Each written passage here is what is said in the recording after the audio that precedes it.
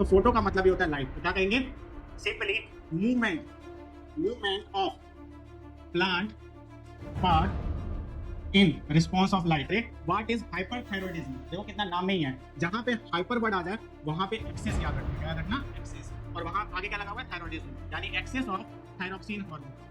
तो अगर आपसे कोई पूछेगा क्या होता है हाइपरथायरॉयडिज्म, तो कंडीशन होती है जिसमें बॉडी के अंदर एक्सेस थायरोक्सिन हार्मोन प्रेजेंट होता है, तो प्रमोट करता है सेल डिवीजन को। और मैंने आपको स्टार्टिंग में बताया था फर्स्ट एमसीक्यू में कि जो हमारा क्या होता है प्रमोट करता है सेल डिवीजन को, वो होता है साइटोकाइनिन। तो यहाँ पे मतलब क्या हो गया? एब्सिसिक एसिड जो है आगे सेल डिवीजन को प्रमोट करता है, बिल्कुल गलत बात है। और गस्टेटरी रिसेप्टर रिस्पॉन्सिबल होता है टेस्ट सेल्स के लिए, और जैसे ही टेस्ट आएगा तो माउथ याद रखना है और माउथ में टंग रखना है। स्वागत है आपका डीसीसी के डिजिटल प्लेटफॉर्म पे, जहां पढ़ाने के नाम पे सिर्फ पढ़ाया जाता है।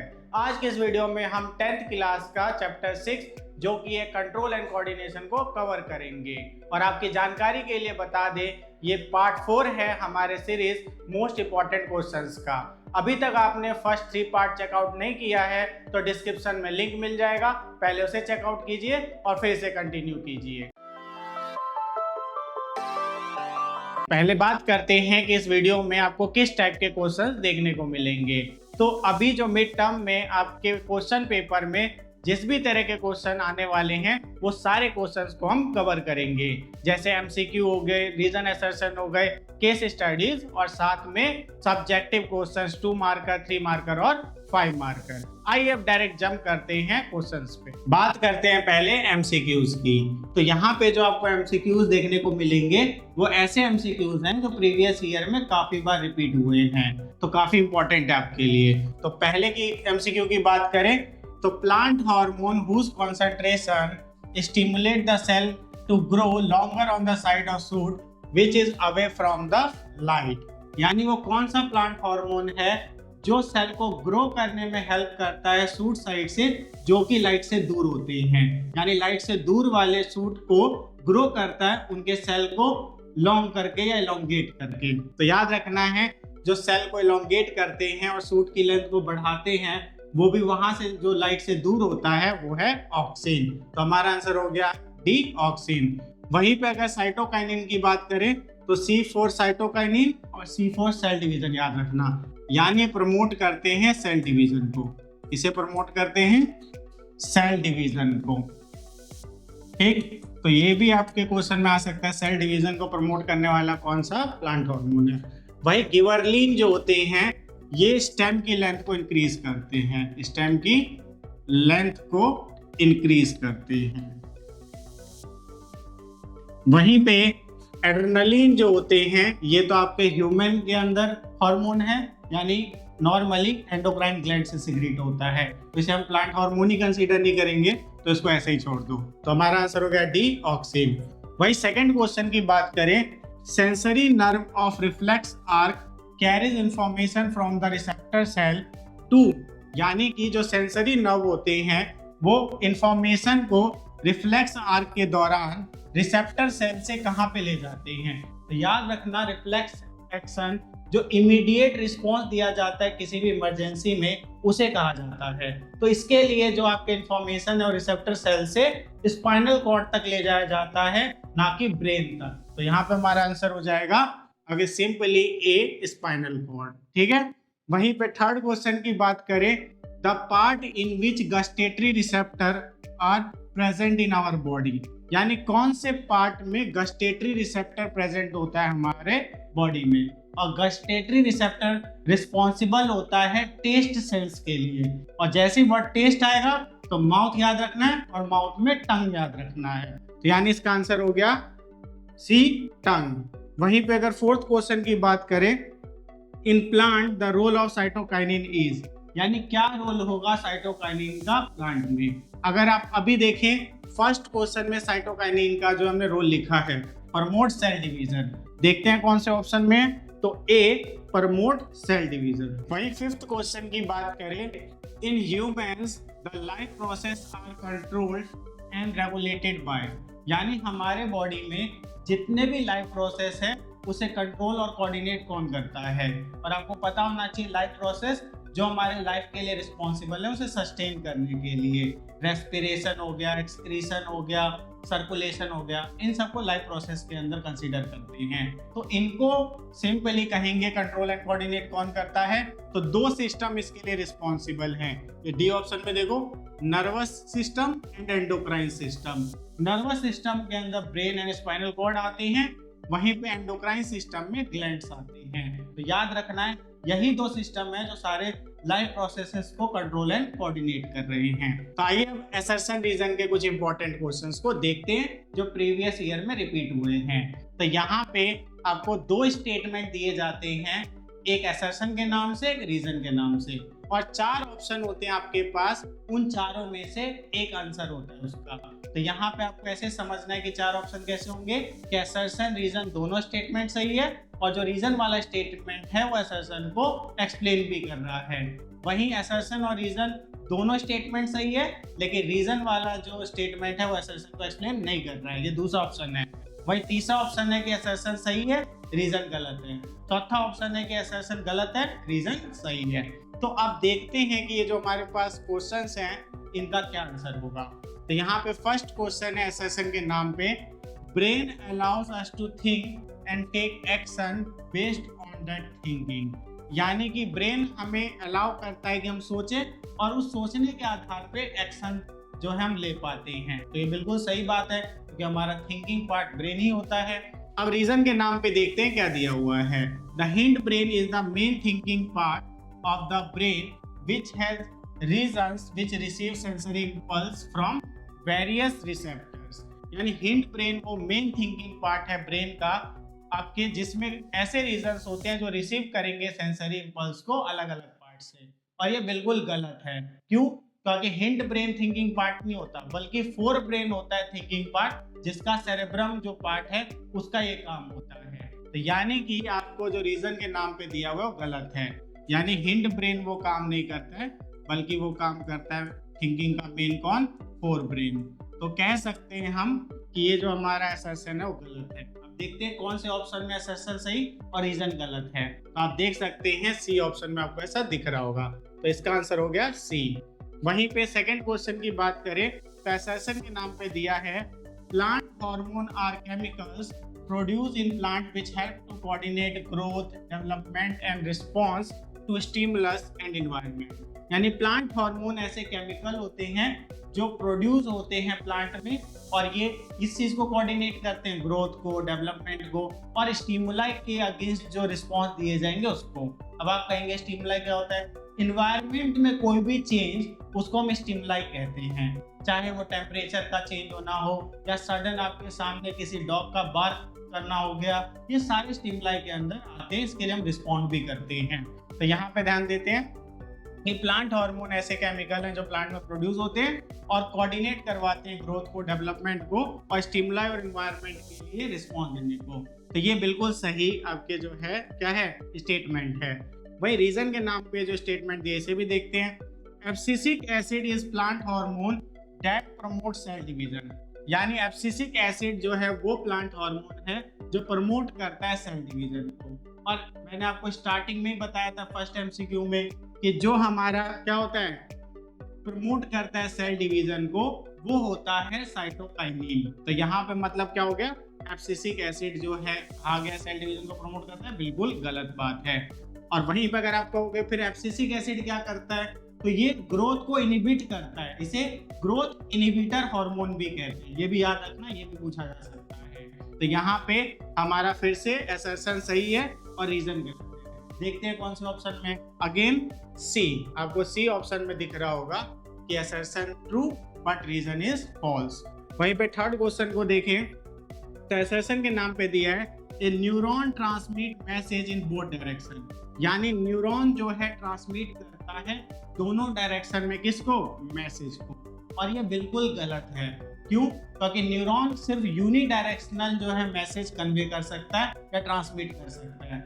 उसका भी ऑर्डर कैसा होता है देखिए, सबसे पहले मैसेज जो है वो किसको मिलेगा, डेंड्राइट को, और वो डेंड्राइट फिर उसे दे देगा सेल बॉडी को, और सेल बॉडी से वो किसके पास जाएगा, एक्सॉन के पास, और एक्सॉन से वो किसको मिलेगा, सिंपली नर्व एंडिंग को। किसको मिलेगा, नर्व एंडिंग को। तो यहाँ पे क्या देखने को मिला कि वो एक डायरेक्शन में चल रहा है, dendrite, cell body, axon, nerve ending, और इसके बाद फिर उसे रिसीव करेगा दूसरे न्यूरॉन का कौन, डेंड्राइट। कौन करेगा, सिंपली डेंड्राइट करेगा। तो यानी कि फिर से ये कंटिन्यू में दूसरे न्यूरॉन में इसी डायरेक्शन में चल रहा होगा, तो हम कह सकते हैं यूनिडायरेक्शनल होता है। तो हमारा असर्शन वाला स्टेटमेंट गलत है। और अगर ऐसा कोई ऑप्शन मिले जिसमें कि असर्शन ही गलत हो जाए, एक ही ऑप्शन है जिसमें असर्शन गलत होता है, और जो कि है हमारा क्या, डी, असर्शन इज फॉल्स, और कोई ऑप्शन ही नहीं है जिसमें असर्शन फॉल्स होता हो, तो आप डायरेक्ट भी कर सकते हैं इसको। और अगर नहीं, आप एक बार रीड कर लेना, आपको वैसे भी वो सही ही मिलेगा।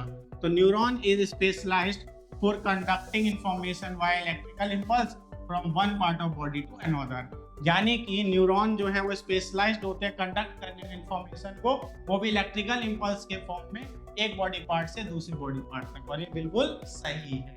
ठीक है, अब आगे बढ़े। तो फोर्थ असर्शन के नाम पे दिया है cerebellum controls the coordination of body movement and posture. यानी सेरेबेलम कंट्रोल करता है और कोऑर्डिनेशन करवाता है बॉडी मूवमेंट की और पोस्चर मेंटेन रखने में। और ये बिल्कुल सही है, सेरेबेलम का यही रोल होता है, ये पोस्चर मेंटेन करने में और कोऑर्डिनेशन में हेल्प करवाता है।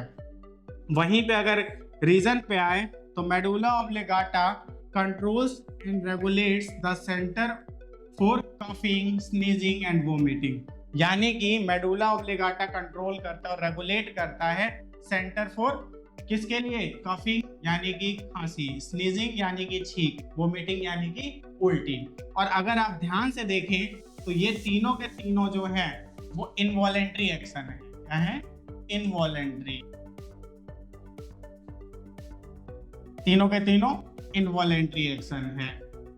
इनवॉलेंट्री किसे कहते हैं, जिसे हम अपने विल से, अपनी इच्छा से कंट्रोल नहीं कर पाते। आपने नोटिस किया होगा कई बार आप कैब में या बस में ट्रैवल कर रहे हैं, आप थोड़ी चाहते हैं कि आपको वोमिटिंग आ जाए, स्टिल जो है आ जाती है। क्यों, क्योंकि इनवॉलेंट्री है, हमारे इच्छा से कंट्रोल हम नहीं कर सकते हैं।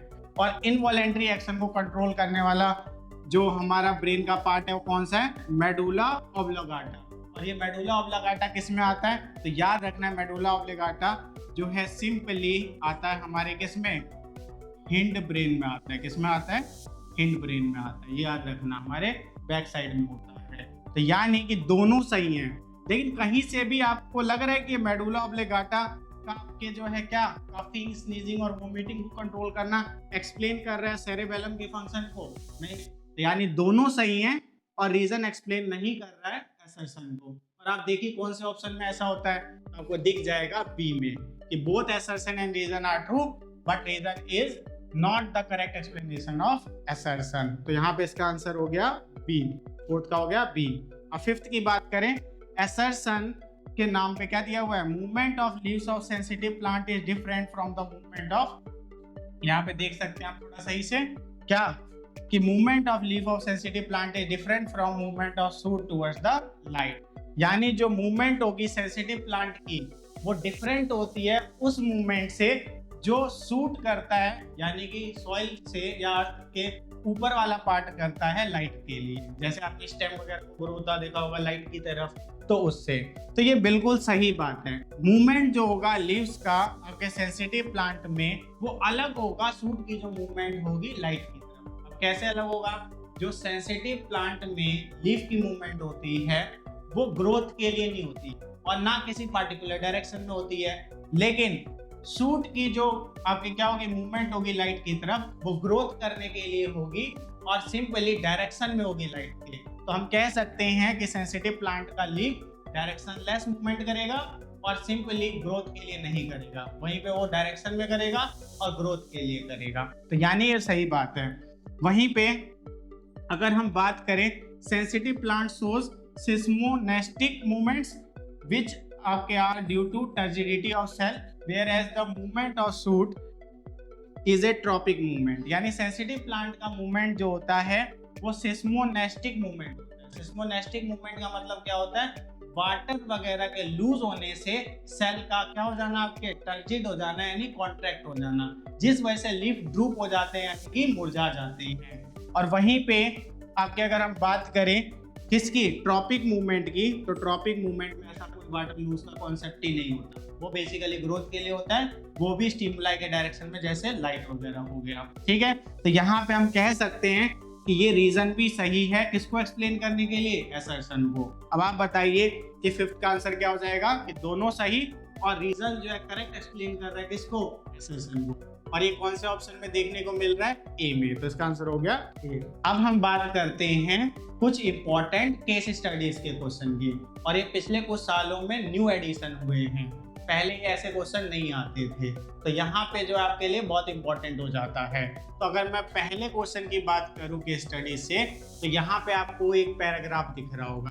बेसिकली ये पैराग्राफ क्यों दिया जाता है, तो आप इसे पढ़ के जान जाएं कि किस कॉन्सेप्ट से क्वेश्चन आपके आने वाले हैं। कई बच्चों को ऐसा लगता है कि ये पैराग्राफ पढ़ेंगे इसी में से आंसर आपके जो मिल जाएंगे, लेकिन ऐसा नहीं होता है। ये आपका कोई अनसीन पैसेज नहीं है इंग्लिश में जो रीडिंग कॉम्प्रिहेंशन में आता है, ये आपको सिर्फ हिंट देता है कि किस कॉन्सेप्ट से क्वेश्चन पूछे जा रहे हैं, और आपने अगर वो कॉन्सेप्ट पढ़ा हुआ है, क्लियर है, तो आपको सारे आंसर्स आ जाएंगे। तो यहाँ पे देखते हैं, इसको आप लोग रीड कर लेना, हम क्वेश्चंस को करके देखते हैं। तो यहाँ पे देखो, फर्स्ट है where is thyroid gland situated, thyroid gland कहाँ पे सिचुएटेड होता है। तो दो बातें पहले जान लो, ग्लैंड्स क्या होते हैं, ऐसे स्ट्रक्चर्स होते हैं बॉडी में जो सिक्रीट करने का काम करते हैं, प्रोड्यूस करने का काम करते हैं, जैसे मेमरी ग्लैंड हो गया, मिल्क सिक्रीट करता है, ऐसे आपका जो है सिंपली लीवर हो गया, वो बाइल सिक्रीट करता है, तो ये ग्लैंड सिक्रीट करने का काम करते हैं। अब बात आती है ये थायराइड ग्लैंड क्या है। थायराइड ग्लैंड ऐसा ग्लैंड होता है जो थायरॉक्सिन नाम का एक केमिकल सिक्रीट करता है, जिसे हार्मोन भी बोलते हैं, तो थायरॉक्सिन हार्मोन सिक्रीट करता है, और ये हार्मोन रिस्पॉन्सिबल होता है मेटाबॉलिज्म के लिए, फैट, कार्बोहाइड्रेट, प्रोटीन एक्सेट्रा के, यानी इनकी डाइजेशन करने में हेल्प करता है, इसको ब्रेक करने में हेल्प करता है। तो अब कहा गया थायराइड ग्लैंड बॉडी में कहाँ प्रेजेंट होता है, तो सिंपली याद रखना, हमारे नेक रीजन में दोनों साइड में एक एक इसके लोब होते हैं, तो यानी नेक रीजन में प्रेजेंट होता है। तो आपका आंसर क्या हो गया, इन नेक रीजन। ठीक है, अगर कोई पूछेगा थायराइड ग्लैंड कहाँ है, इन नेक रीजन, ठीक है, याद रखना है। वहीं पे state the function of thyroxine in human body, अभी मैंने आपको बताया इसका फंक्शन क्या होता है, मेटाबॉलिज्म में हेल्प करता है, फैट, कार्बोहाइड्रेट एंड प्रोटीन। तो क्या करता है, it helps in metabolism of fat, carbohydrates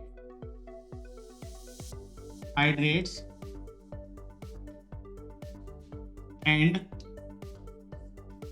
proteins. ठीक है, तो ऐसे याद रख लेना है। वहीं पे अगर थर्ड क्वेश्चन की बात करें, व्हाट इज हाइपरथायरॉयडिज्म, देखो कितना नाम में ही है, जहां पे हाइपर वर्ड आ जाए वहां पे एक्सेस याद रखना, क्या याद रखना, एक्सेस, और वहां आगे क्या लगा हुआ है, थायरॉयडिज्म, यानी एक्सेस ऑफ थायरॉक्सिन हार्मोन। तो अगर आपसे कोई पूछेगा क्या होता है हाइपरथायरॉयडिज्म, तो कंडीशन होती है जिसमें बॉडी के अंदर एक्सेस थायरॉक्सिन हार्मोन प्रेजेंट होता है या सिक्रीट हो जाता है। वही फोर्थ को देखें, how can be control hypothyroidism.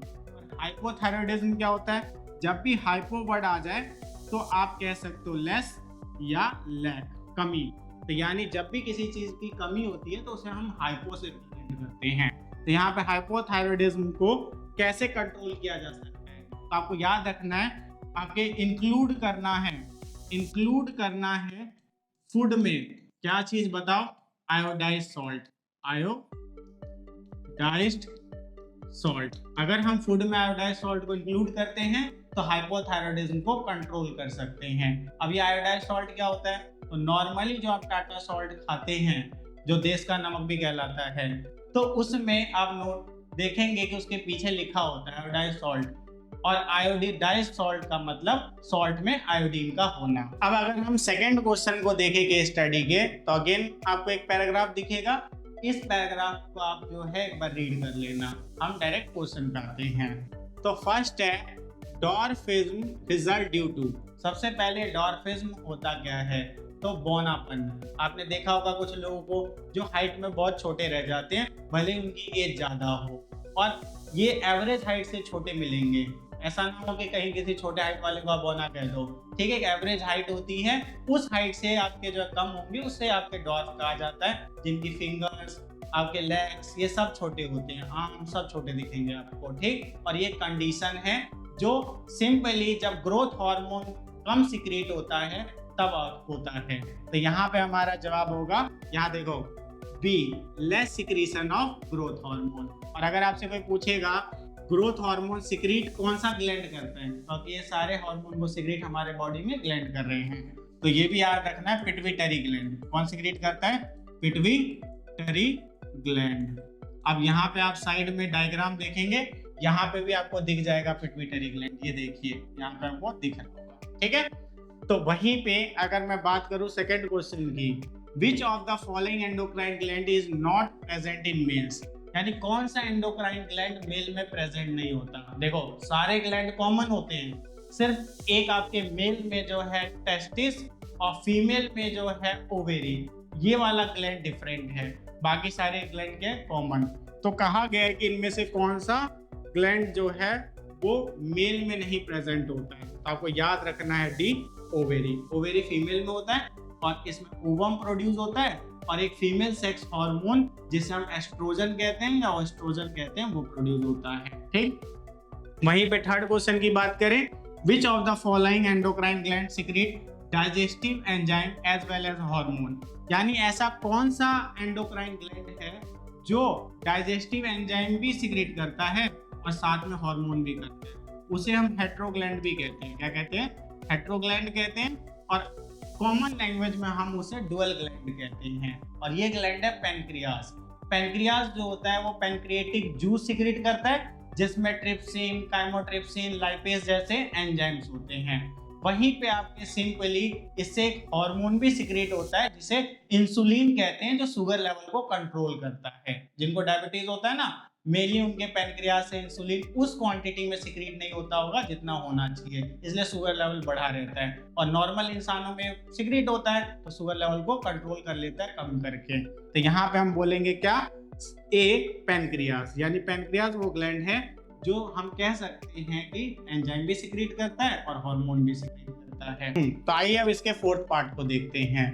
Which of the following statement are true about the endocrine gland? यानी नीचे कुछ स्टेटमेंट दिए हुए हैं, इनमें से कौन सी बातें एंडोक्राइन ग्लैंड के लिए सही है। तो मैं आपको पहले एंडोक्राइन ग्लैंड के बारे में कुछ बातें बता देता हूँ। जैसे एंडोक्राइन ग्लैंड में डक्ट नहीं होते हैं। अब आप कहोगे डक्ट क्या होते हैं, ये एक पैसेज होते हैं जिसमें चीजें सिक्रीट होगी तो उस रास्ते से जाएगा, तो इनमें डक्ट नहीं होता। और ये केमिकल सिक्रीट करते हैं जिसे हार्मोन कहा जाता है, और ये आपके सिंपली जो है बॉडी में डिफरेंट पार्ट में प्रेजेंट होते हैं। तो ये चीजें आपको याद रखनी है। अब आप इस क्वेश्चन को खुद ही कर लेंगे। तो यहाँ देखिए कहा गया कौन से स्टेटमेंट जो है सही है एंडोक्राइन ग्लैंड के बारे में। तो यहाँ पे दे आर डक्टलेस ग्लैंड, अभी मैंने बताया इनमें डक्ट नहीं होता, तो बात सही है। वहीं पे they release there hormone into duct. अब एक बात आप खुद सोचिए, जब डक्ट ही नहीं होता तो डक्ट में कैसे सिक्रीट करेंगे, तो ये बात हो गई गलत। वहीं पे they produce chemical messenger called hormone, अभी मैंने क्या कहा था, ये हार्मोन प्रोड्यूस करते हैं, सिक्रीट करते हैं, तो ये भी सही है। वहीं they release there hormone directly into blood stream. अब क्योंकि इनके पास डक्ट नहीं है तो इनके पास क्या ऑप्शन है कि डायरेक्ट अपनी सिक्रीशन को ब्लड में रिलीज करें। तो हम कह सकते हैं कि फर्स्ट, थर्ड और फोर्थ सही है। अब देखते हैं कौन से ऑप्शन में है। फर्स्ट देखो बी में, फर्स्ट, थर्ड एंड फोर्थ, तो हमारा आंसर हो गया बी। वही फिफ्थ पार्ट को देखें, Which of the following hormone is responsible for regulation of blood pressure? यानी कौन सा हार्मोन जो है रिस्पॉन्सिबल है ब्लड प्रेशर को रेगुलेट करने के लिए। आपने एक लाइन सुनी होगी, एड्रेनलिन रश। ये क्या होता है, जब हम बाइक फास्ट चलाते हैं या झूले पे चढ़ते हैं तो उस समय पे एकदम से हार्ट बीट तेज हो जाती है। ठीक, तो ये चीज जो है करता है एड्रेनल ग्लैंड का हार्मोन एड्रेनलिन, तभी तो ना पड़ा एड्रेनलिन रश। तो यहाँ पे हम देखेंगे कहाँ पे, ये डी, एड्रेनलिन। अब हम आ गए हैं किस पे, अपने सब्जेक्टिव टाइप क्वेश्चंस पे, और इसमें आपको 2 मार्कर, 3 मार्कर और 5 मार्कर के क्वेश्चन दिखेंगे। और ये सारे क्वेश्चन काफी इंपॉर्टेंट है, मल्टीपल टाइम्स जो है प्रीवियस ईयर में पूछे गए हैं, तो आपको करके ही जाना है एग्जाम में, काफी हेल्प मिलेगी। तो अब हम आते हैं अपने फर्स्ट क्वेश्चन पे।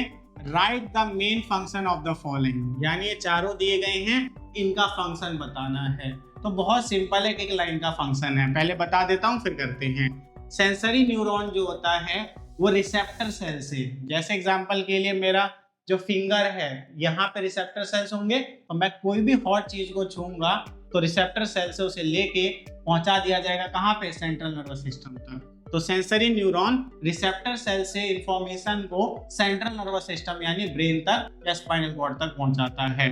वहीं पे क्रेनियम क्या करता है, क्रेनियम प्रोटेक्ट करता है किसको, ब्रेन को मैकेनिकल इंजरी से, और इसी क्रेनियम को स्कल यानी कि खोपड़ी भी कहा जाता है।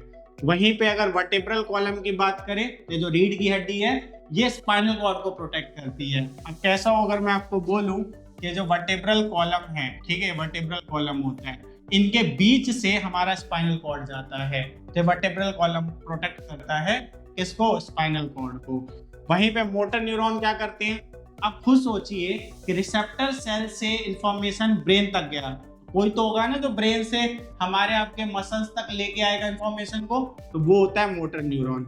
मोटर न्यूरॉन से आप मसल याद रखना, यानी M for motor, M for muscle, और मसल को ही इफेक्टर भी कहते हैं। तो इफेक्टर ऑर्गन तक लेके आता है, यानी मसल तक लेके आता है। तो इसको इरेज करके एक एक लाइन में आपको इनकी डेफिनेशन कह दो या सिंपली इनका फंक्शन कह दो, ये बता देता हूँ। तो यहाँ देखो, सेंसरी न्यूरॉन की बात करें तो ये क्या करता है, it carries information from receptor cell to central nervous system. Central nervous system में याद रख लेना ब्रेन और स्पाइनल कॉर्ड, यानी ये चीजें आ जाती हैं, ठीक है। वहीं पे क्रेनियम का क्या फंक्शन है, इट प्रोटेक्ट्स ब्रेन, ठीक है, ब्रेन को प्रोटेक्ट करता है। वर्टेब्रल कॉलम क्या करता है, इट प्रोटेक्ट्स स्पाइनल कॉर्ड, और वहीं पे आपके मोटर न्यूरॉन क्या करता है, it carries information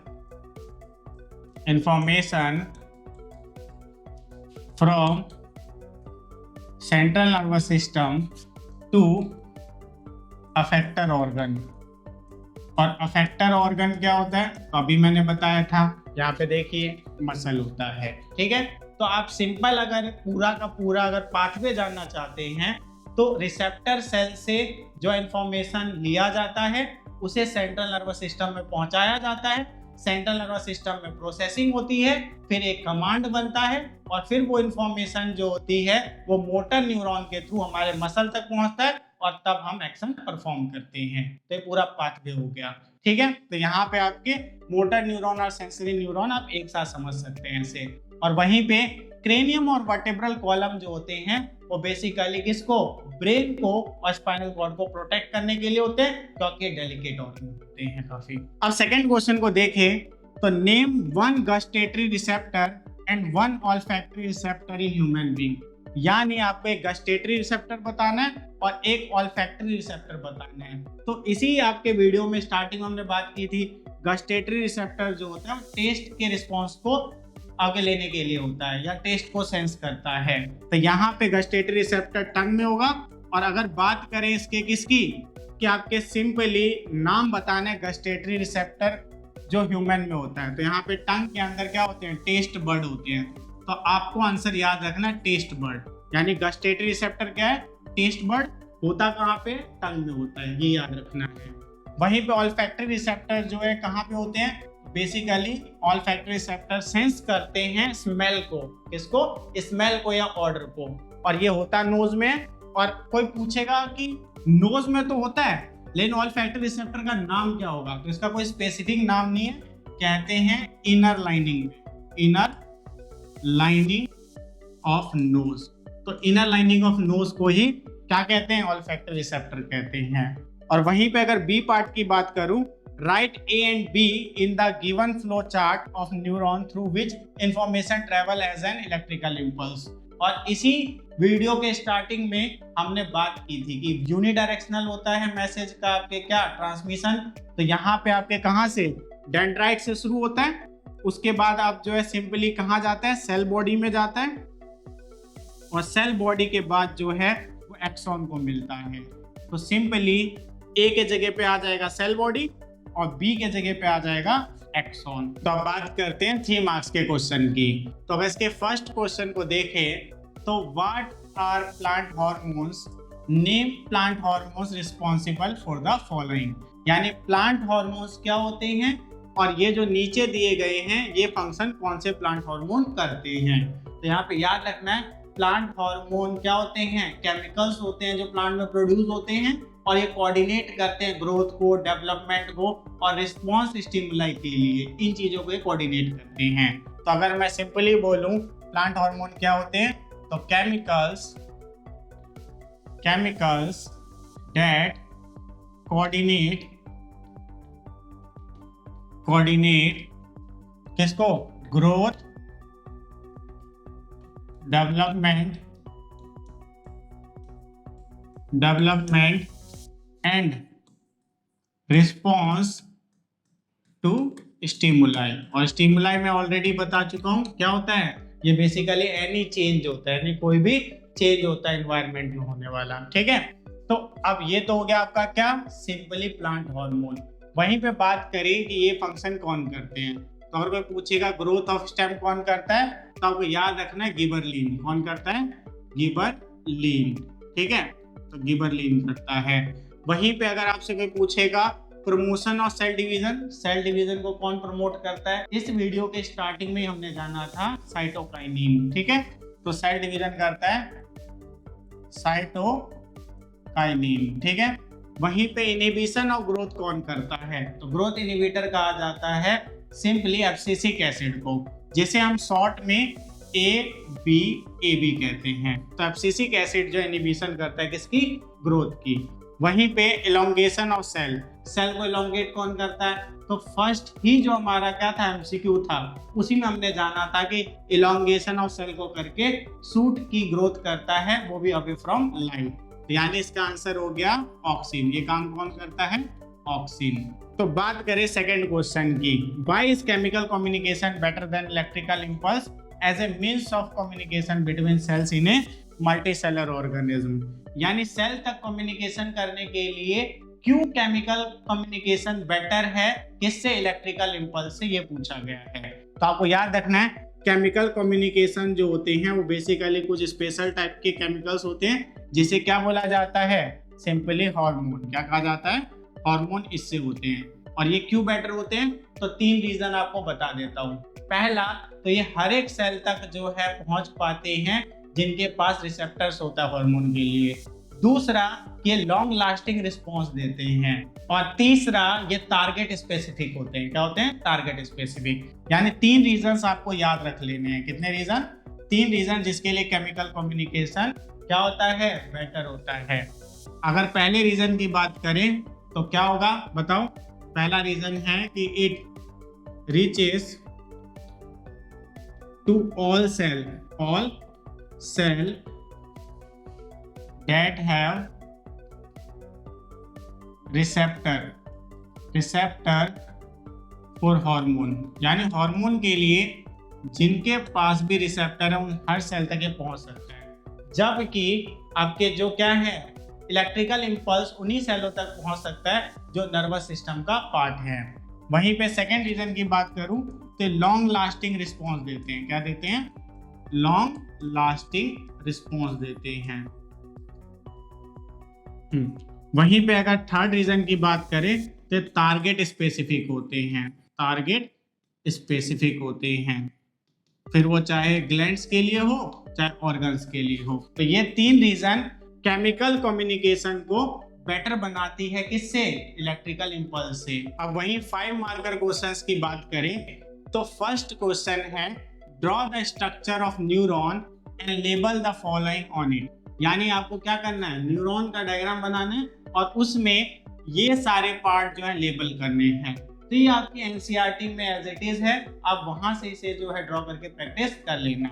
B part को देखें तो name the part of neuron, यानी पार्ट बताना न्यूरॉन का। First, where information is acquired, जहां से इंफॉर्मेशन जो है ली जाती है सबसे पहले। तो याद रखना एक कौन सा पार्ट होता है, डेंड्राइट। क्या होता है, डेंड्राइट होता है। तो सेकेंड पार्ट की बात करें, through which information travel as an electrical impulse, यानी जिससे होते हुए इंफॉर्मेशन इलेक्ट्रिकल इम्पल्स के फॉर्म में ट्रेवल करता है। तो ये आपका होता है बेसिकली क्या, एक्सॉन।